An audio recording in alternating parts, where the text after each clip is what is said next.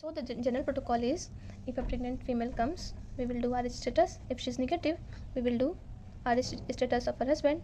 If the husband is positive, we will do indirect comb test in first trimester only. We will follow up her and we will do indirect comb test again at 28 week. And if the indirect comb test is negative, we will give her routine antenatal prophylaxis of NTD. We will give NTD 300 microgram as per protocol IM to the mother, and we will deliver her at 39 to 40 weeks of gestation. So this is the general protocol. If the mother is not sensitized, so if the pregnancy is uneventful, अगर ICT negative है, we can give NTD at 28 week. But अगर if there is risk of sensitization, like if the patient is multigravida or if the patient has history of blood transfusion, we will do an indirect comb test at 12 week or in the booking first trimester, and we will monthly monitor her, 4 weekly monitor her till she becomes 20 weeks of gestation, and after 20 weeks we will bi-weekly monitor her by doing ICT, and when she is ICT negative even at 28 week, we will again give her the same routine antenatal prophylaxis of NTD. We will give her 300 microgram IM NTD and deliver her at 39 to 40 weeks. Now we will see what happens if ICT comes positive. If Rh negative mother and Rh positive father, and we will follow the pregnancy, and if in any time ICT comes positive, we know that the mother is isoimmunized, मतलब mother में antibodies बनने लगे हैं. But it is important to know the right amount of antibodies, that कि antibodies अगर बना है तो कितना बना है, whether it is significant to produce anemia or not. So there is inter-lab variation regarding the antibody titer, regarding the critical titer. For standardization, we use 1:60. 1:16 is the critical titer, that even after 16 times dilution, the mother is positive. Mother gives positive result for antibody. So 16 dilution के बाद भी अगर antibody का test positive आ रहा है, this is the critical titer. अगर less than 1:16 है, ये critical titer से कम हो गया. अगर ये critical titer से कम है, we will follow up her 4 weekly till 24 week, and after 24 week we will follow up her 2 weekly, and we will deliver her at 37 to 38 week.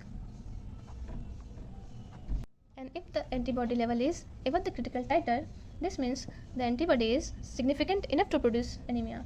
So it is important to know how much anemia has occurred, how much hemolysis has occurred, in short. So we saw that if the antibody titer was more than critical titer, we have to see which degree of fetal anemia has occurred, how much hemolysis has occurred. And for this we were doing middle cerebral artery Doppler, and we will observe systolic velocity now. And in past we used to do amniocentesis. Amniocentesis was invasive. We don't do it now. The basis of amniocentesis was, if there is hemolysis, bilirubin will be produced, and in amniotic fluid we can see which degree of hemolysis has occurred by assessing the amount of bilirubin in the amniotic fluid. And we were plotting Lilly's graph. There was Lilly zone 1, Lilly zone 2 and Lilly zone 3. Lilly zone 1 was mild, Lilly zone 2 was moderate, and Lilly zone 3 was severe anemia. We were doing the basis of the test was photospectrometry done at 450 nanometer of optical density. These tests are obsolete now, and we are more concerned about MC Doppler study. So after doing the MC Doppler study, we will see whether PSV has increased or not. Peak systolic velocity, if it is increased more than 1.5 multiple of meridian, we can predict this is severe anemia. And if it is more than 34 week, we will deliver the baby. And if it is less than 34 week, we will try to extend the pregnancy to 34 week. How we will extend the pregnancy? We will do chordocentesis and check hematocrit and hemoglobin. If the hematocrit is less than 30% and if the hemoglobin is less than 8 gram per dl, we will do intrauterine blood transfusion, and we will keep doing weekly till the baby is 34 week, and at 34 week we will deliver the baby. And we will also cover steroid in this period also.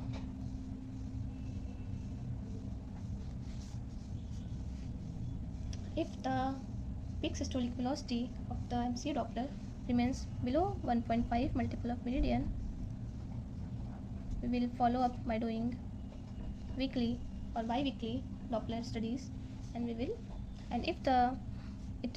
it remains below 1.5 multiple of meridian, we will deliver at 37 to 38 week.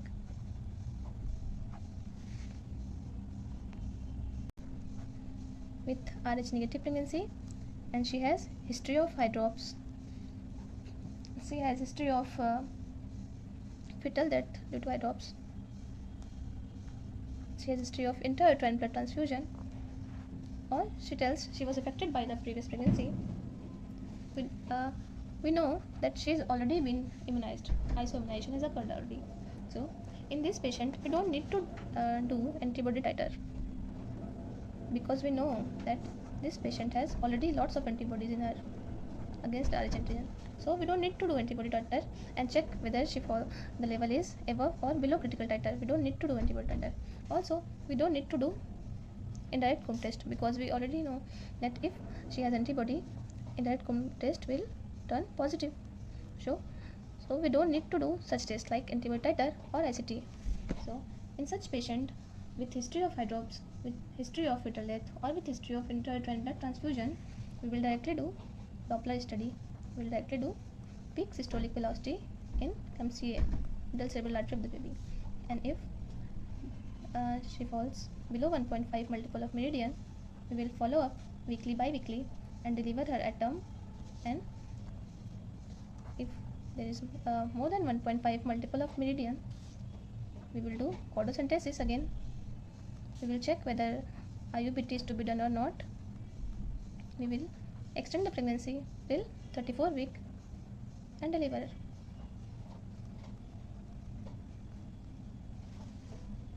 Now let's learn something about NTD. So suppose this is the fetal RBC having antigen, Rh antigen. NTD blocks the antigen by coating it. So this is NTD we are giving from outside. So NTD is coating the fetal RBC. So one vial of NTD available in market has 300 microgram of NTD. This is the dose. The one vial containing 300 microgram of NTD is able to neutralize 15 ml of fetal RBC, and it is equivalent to neutralizing 30 ml of whole blood or whole fetal blood. So if we are giving one vial, we are neutralizing approx 15 ml of fetal RBCs, and we are neutralizing equivalent of 30 ml of whole fetal blood.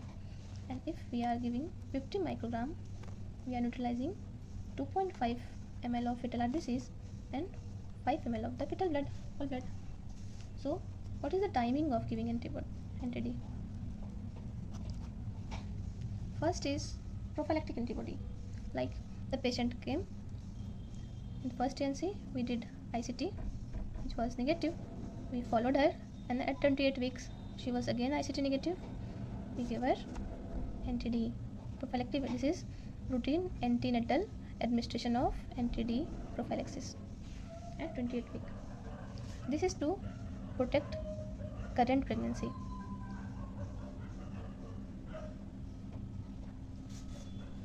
Next indication is after some antepartum event, which may increase risk of feto-maternal hemorrhage. This may include abortion, ectopic pregnancy, molar pregnancy, any invasive test like amniocentesis, chordocentesis. It may include attempted extracephalic version. It may include any event including antepartum hemorrhage, trauma, vaginal delivery, manual removal of placenta, any event, any antepartum event leading to fetal hemorrhage. So we will give NTD to protect the next pregnancy.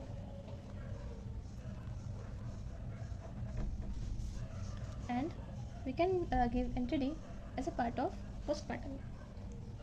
So after the baby is born, after delivery, we give NTD to mother. We give 300 microgram of NTD IM to the mother, providing the baby blood group is positive and the direct womb test of baby is negative.